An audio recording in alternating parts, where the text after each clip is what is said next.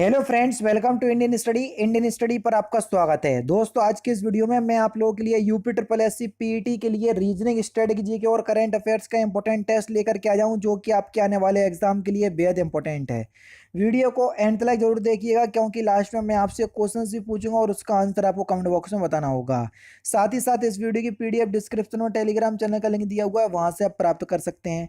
तो चलिए दोस्तों, स्टार्ट करते हैं और देखते हैं पहला क्वेश्चन। छेनी का संबंध अगर मूर्तिकार से है तो निहाई का संबंध किससे होगा। आप सभी लोग जानते हैं कि छेनी का इस्तेमाल मूर्तिकार करता है, निहाई का इस्तेमाल कौन करेगा सर? लोहार करेगा। तीसरा ऑप्शन से यहाँ पर आपका बिल्कुल करेक्ट। यहाँ पर देख लीजिए, ये कोडिंग डिकोडिंग का है। किसी कोड भाषा में हम इसको ये डिनोट करते हैं, ये हार्बर को ये कोड करते हैं, तो रैप्चर को क्या कोड करेंगे। अब देखो, यहाँ पर देखो, हार्बर में बी ओ जे था, जो बी तीन अक्षरों के बाद दो अक्षर जो थे उसको सबसे पहले लिख लिया, तीन अक्षर के बाद जो दो अक्षर थे उसको हम सबसे पहले लिख लेंगे, तो टी यू आएगा पहले, ठीक है।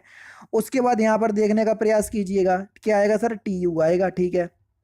अब यहाँ पर देखना, बी ओ के बाद आर यू आया। अब देखो, इसमें आर ये भी आ रहा, आर ये भी आ रहा। अगर हम यहाँ पर देखो ये वाली रीजनिंग लगा रहे हैं, आर यू यानी कि बी ओ के बाद जो दो बाद वाले अक्षर है उनको हमने उल्टे क्रम में लिख लिया। तो देखो, टी यू के बाद दो बाद वाले अक्षर है ई आर, तो क्या ई आर ऑप्शन में दिया?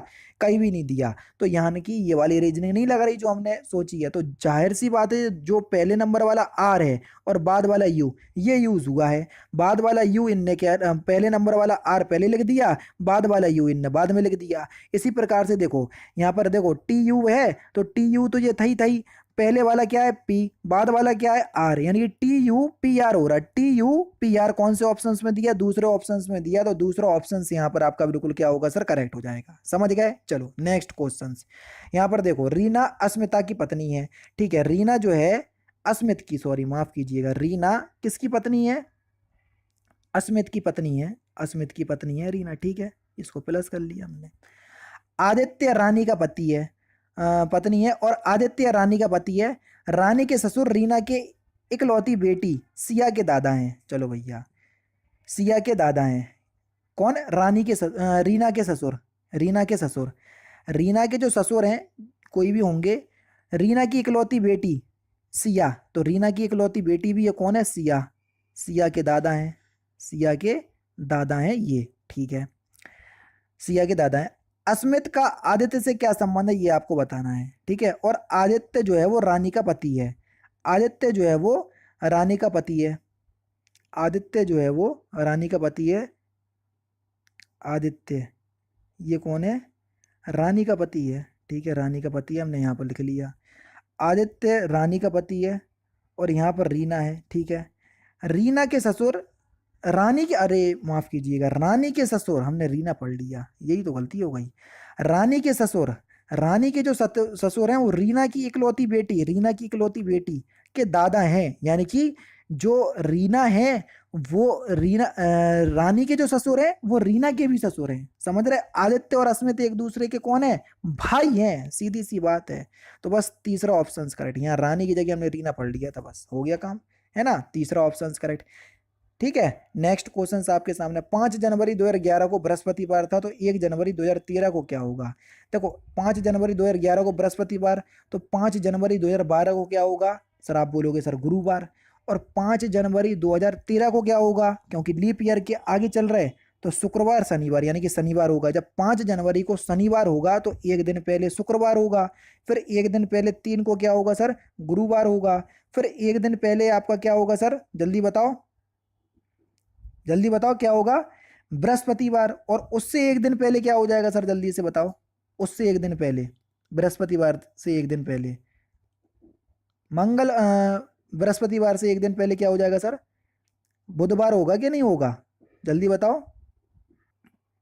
बुधवार हो जाएगा, दूसरा ऑप्शन बिल्कुल करेक्ट है ना। नेक्स्ट क्वेश्चन देखो, चार किसी ना किसी तरीके से समान है, एक अलग है, उसको आपको चयन करना है। देखो, अंधा, गूंगा और बहरा तीनों शारीरिक विकलांगता है, जबकि विवर का संबंध जो है वो गुफा से है ना। तो यहाँ पर आपका पहला ऑप्शन करेक्ट हो जाएगा। अब करंट अफेयर से क्वेश्चन चालू। भारत संयुक्त अरब अमीरात व्यापक आर्थिक भागीदारी समझौता किस तिथि को आधिकारिक रूप से लागू हुआ? तो सही आंसर हो जाएगा 1 मई 2022। देश के पहले अनाज आधारित इथेनॉल संयंत्र की स्थापना कहाँ की गई?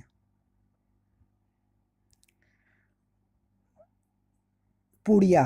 चौथा ऑप्शन से यहाँ पर आपका बिल्कुल क्या हो जाएगा सर, करेक्ट हो जाएगा। देश के पहले अनाज आधारित इथेनॉल संयंत्र की स्थापना पूड़िया बिहार में की गई। ठीक है, ये बिहार में है। फरवरी 2022 में भारतीय प्रतिभूति एवं विनिमय बोर्ड यानी कि सेबी ने किसकी अध्यक्षता में वैकल्पिक निवेश नीति पर सलाहकार समिति का पुनर्गठन किया? तो सही आंसर हो जाएगा आपका NR नारायण मूर्ति, दूसरा ऑप्शन करेक्ट।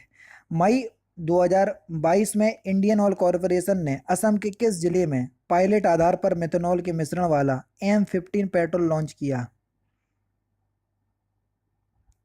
तो सही आंसर हो जाएगा आपका तिनसुकिया, तीसरा ऑप्शन बिल्कुल करेक्ट। हाल ही में भारतीय विज्ञान संस्थान बेंगलुरु के नेतृत्व में किए गए अध्ययन में किस नदी में माइक्रोप्लास्टिक पाया गया है जिसके कारण मछलियों में विकास प्रभावित हो रहा है? तो सही आंसर हो जाएगा आपका कावेरी नदी, पहला ऑप्शन करेक्ट। मार्च 2022 में केंद्रीय मंत्री नितिन गडकरी ने नई दिल्ली में विश्व की सबसे उन्नत तकनीक विकसित green hydrogen fuel cell electric वाहन लॉन्च किया। लॉन्च किए गए वाहन का नाम क्या है? टोयोटा मिराई, चौथा ऑप्शन बिल्कुल करेक्ट हो जाएगा। फरवरी मार्च 2022 में 5 राज्यों में विधानसभा चुनाव संपन्न हुए। विकल्प में कौन सा राज्य इन 5 राज्यों में शामिल नहीं है? तो सही आंसर हो जाएगा आपका सिक्किम, दूसरा ऑप्शन करेक्ट। वो 5 राज्य कौन कौन से हैं देखो, उत्तर प्रदेश, पंजाब, गोवा 3, मणिपुर 4 और उत्तराखंड 5। ठीक है, नेक्स्ट क्वेश्चन दोस्तों आपके सामने। दिसंबर 2021 में प्रधानमंत्री नरेंद्र मोदी ने गंगा एक्सप्रेस वे की आधारशिला रखी। ठीक है, इस एक्सप्रेस वे के संबंध में कौन सा विकल्प तथ्य सही नहीं है, ये आपको बताना है। वो जो कह रहे हैं 18 दिसंबर 2021 को प्रधानमंत्री नरेंद्र मोदी ने शाहजहांपुर उत्तर प्रदेश में इस एक्सप्रेसवे की आधारशिला रखी, बिल्कुल ठीक। वो जो कह रहा है इस एक्सप्रेसवे में पूर्वी उत्तर प्रदेश को पश्चिमी उत्तर प्रदेश से जोड़ेगा, बिल्कुल ठीक है। इस एक्सप्रेसवे की लंबाई 593.947 किलोमीटर लगभग 594 किलोमीटर है, बिल्कुल सही।